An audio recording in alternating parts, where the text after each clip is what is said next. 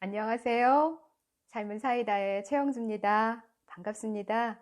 제가 지금 10번째 영상을 찍고 있네요. 네, 첫 번째 영상을 찍었던 때가 엊그제 같은데 벌써 10번째 영상을 제가 찍고 있네요. 혼자서 스마트폰 카메라를 바라보면서 촬영을 하는지라 많이 어색하지만 이제 10번 찍어서 익숙한 만도 한데 아직도 좀 어색한 부분이 있네요. 이렇게 기술적으로 조금 부족한 제 영상을 좀 보시고 도움을 받으셨던 분들이 계셔서 너무 감사한 마음이 사실은 진심으로 감사한 마음이 큽니다. 그리고 이 영상을 지금 보시는 상황이라면 시간적인 여유가 일단 있으시다는 증거이고 또 마음의 여유도 있으시다는 또 증거이니까 또 감사한 마음이 있습니다. 이런 감사한 마음을 가지고 오늘 10번째 주제인 화에 대한 이야기를 잠시 나눠보도록 해요. 우리 화 어떠세요? 어떤 분은 아마 이렇게 얘기하실 수도 있을 것 같은데요. 지난 설 명절 동안에도 저는 화 폭발했습니다. 이런 분도 계실 수 있을 것 같고, 또 어떤 분은 저는 화 잘 안 내요. 이렇게 말씀하신 분도 계실 것 같아요. 다 괜찮습니다. 저는 화 그러면 분노공화국이란 단어가 가장 먼저 떠오르네요. 대한민국을 분노공화국이라고 표현을 하시더라고요. 좀 안타까운 일이지만요. 그리고 또 분노 조절 장애라고 하는 그런 단어도 또 생각이 나네요. 내 안에 올라오는 그 화와 분노를 어떻게 조절하지 못해서 어려움을 겪고 계시는 분들을 아마 표현하는 말이겠죠. 그리고 화병이란 단어도 떠오르네요. 한국 사람들만이 갖고 있는 병이라고 하죠. 화병. 영어로 표기할 때도 그냥 발음 나는 대로 화병 이렇게 쓴다라고 하는 그 화병이요. 그리고 화병과 연관해서 또 생각나는 단어는 바로 신체화 장애, 또 신체화 증후군이라고 하는 소마타이제이션 디스오더, 또 소마타이제이션 신드롬이라고 하는 그 단어도 떠오르네요. 실제 신체화 장애, 또 신체화 증상은 우리가 몸이 아파서 병원에 가잖아요. 머리도 아프시기도 하고, 그 다음에 어깨도 아프고, 등도 아프고, 관절도 아프고, 배도 아프고, 여러 몸에 신체 이상이 있어서 병원에 일단은 가게 되면 병원에서 많은 검사들을 하게 되잖아요. 그런데 정밀 검사를 다 했음에도 불구하고 아무런 원인을 찾을 수가 없을 때, 그럴 때 우리는 이제 신체화 증상 또는 신체화 장애라는 표현을 쓰는 것 같아요. 실제로 나는 아픈 거예요. 이게 꾀병이 아니고 실제로 나에게는 그런 증상들이 있지만, 우리가 의학적인 걸로는 병원에서 이제 검사하는 걸로는 그것이 밝혀지지 않는 부분들도 있을 수 있다라고 해요. 그래서 우리가 감정에 관련된 측면을 생각해서 보면 우리 건강에 미치는 게 굉장히 아주 강력하게 영향력이 셉니다. 그래서 이런 측면에서 바라보게 되면 이런 화, 짜증, 분노 이런 것들이 굉장히 무슨 나쁜 거로만 생각할 수도 있거든요. 그렇잖아요. 부정적인 일들이 되게 많으니까요. 하지만 우리가 한 가지 기억할 것 중에 하나는 화 자체는, 그 감정 자체는 좋다, 나쁘다, 옳다, 그르다라고 판단할 수 있는 부분이 아니고 우리에게 필요한 부분이라는 것, 특히 우리의 생존에 매우 중요하다는 것을 우리가 꼭 알았으면 좋겠습니다. 우리가 화를 느낄 때 어떤 때 화를 느끼나요?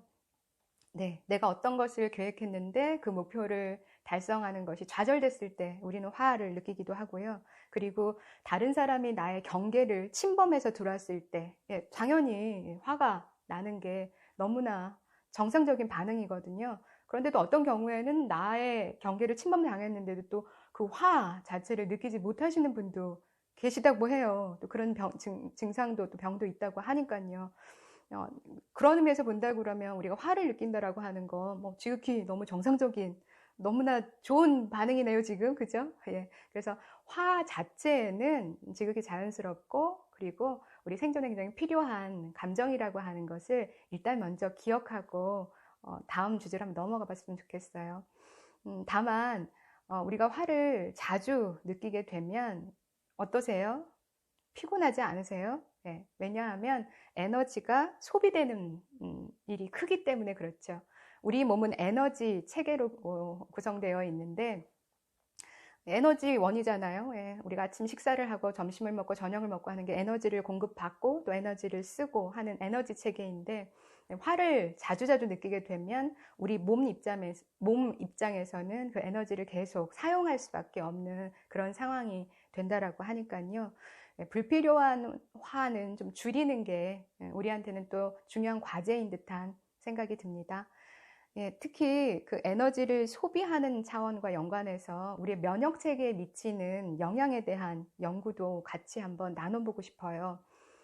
제가 나눠드리고 싶은 연구는 하버드 대학교에서 연구가 진행된 걸로 제가 알고 있는데요. 우리가 분노라는 감정을 느꼈을 때 그게 우리의 면역 체계에도 손상을 줄 수 있다는 거. 우리 면역 체계를 지키는 그 체계에서 제일 중요한 것 중에 하나가 또 이모글로빈 A라고 하는 게 있는데요. 이게 이모글로빈 A 항체라고 하더라고요. 그런데 병영군이 우리 몸에 침입했을 때, 또 바이러스가 우리 몸에 침입했을 때 우리를 지켜주는 1차 방어선이라고 하는 게 바로 이모글로빈 A라고 하는데요. 만약에 우리가 분노를 느꼈을 때 그 이모글로빈 수치가 올라갈까요? 내려갈까요? 궁금하세요?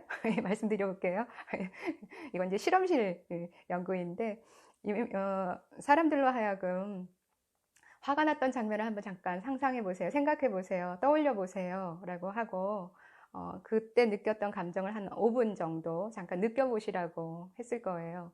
그리고 난 다음에 그 이모글로빈을 혈액 속에서 이제 채취를 해가지고 보니까 이모글로빈 수치가 증가, 바로 채취했을 때는 증가를 했다고 합니다. 그런데 1시간이 지나고 난 다음에는 그 이모글로빈 A 수치가 반으로 2분의 1 뚝 떨어졌다라고 해요.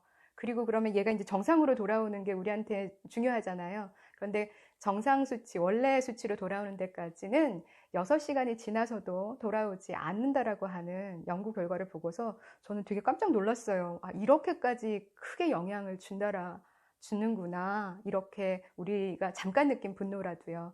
그러니까 이거는 실험실에서 지금 잠깐 예전에 경험했던 분노를 한번 상기하면서 느껴보는 것도 이렇게 영향을 주는데, 우리가 실제 장면에서, 현실에서 느끼는 그 분노는 얼마나 크게 영향을 줄까?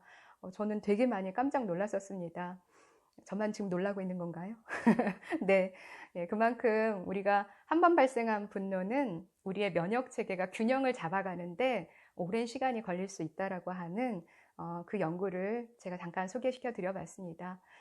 그런데 여기서 우리가 기억할 것은 5분 동안에 아무것도 하지 않았어요.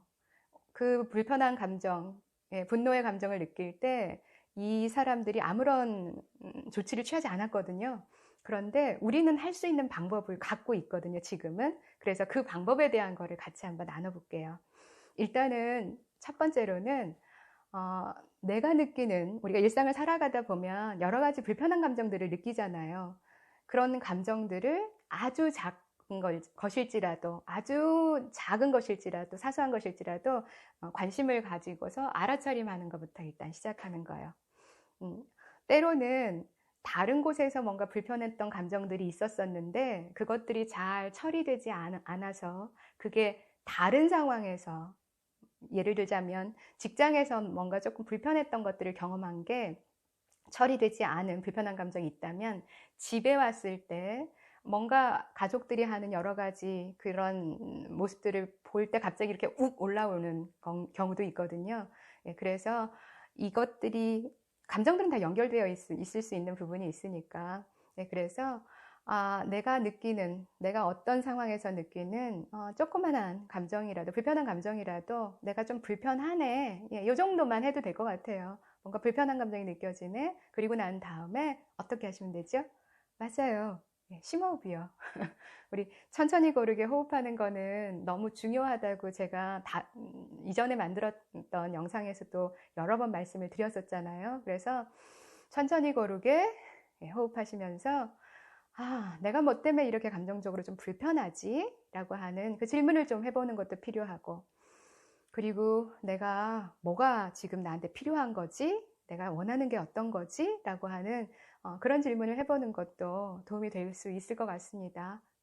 그리고 또 한 가지 아주 좋은 방법 중에 하나인데, 이게 좀 아주 이게 쉽게 시간상으로 쓸 수 있는 또 상황이 맞아야 되니까요. 쓸 수 있는 것은 아니지만 아주 강력하게 도움을 줄 수 있는 방법은 내가 불편한 감정이 있을 때, 또 설령 화가 막 났을 때, 그때 나의 감정을 누군가한테 이야기하는 거, 들어줄 수 있는 누군가한테 이야기하는 거는 굉장히 도움이 많이 돼요.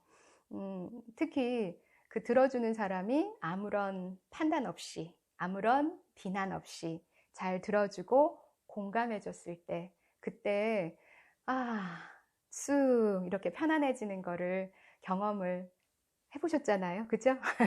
예, 그런데 우리가 늘 누군가에게 이야기할 수 있지는 또 못하잖아요. 예, 그래서 누군가한테 이야기하지 못할 때 또 할 수 있는 아주 좋은 방법 중에 하나가 바로 예, 글쓰기입니다.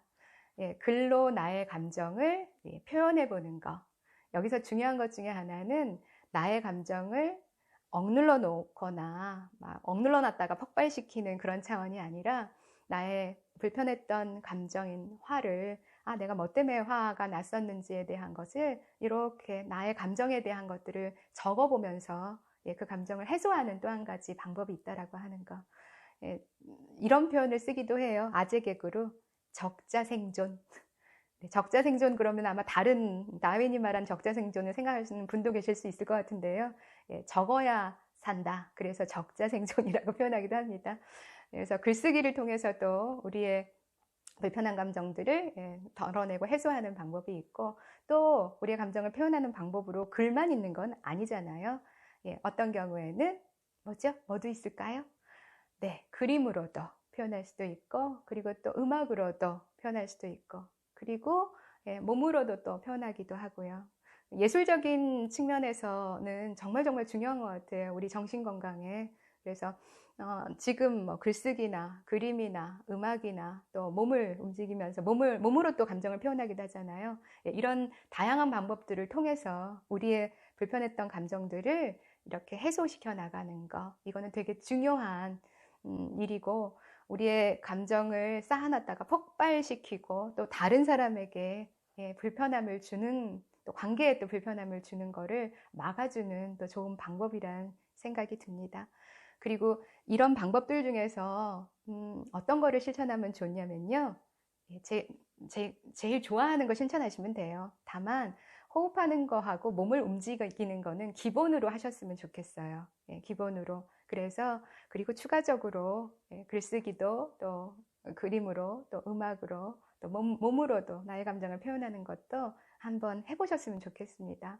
그래서 나를 지키고요, 우리 면역 체계를 지키고, 또 우리의 소중한 관계도 함께 지켜나갔으면 좋겠습니다.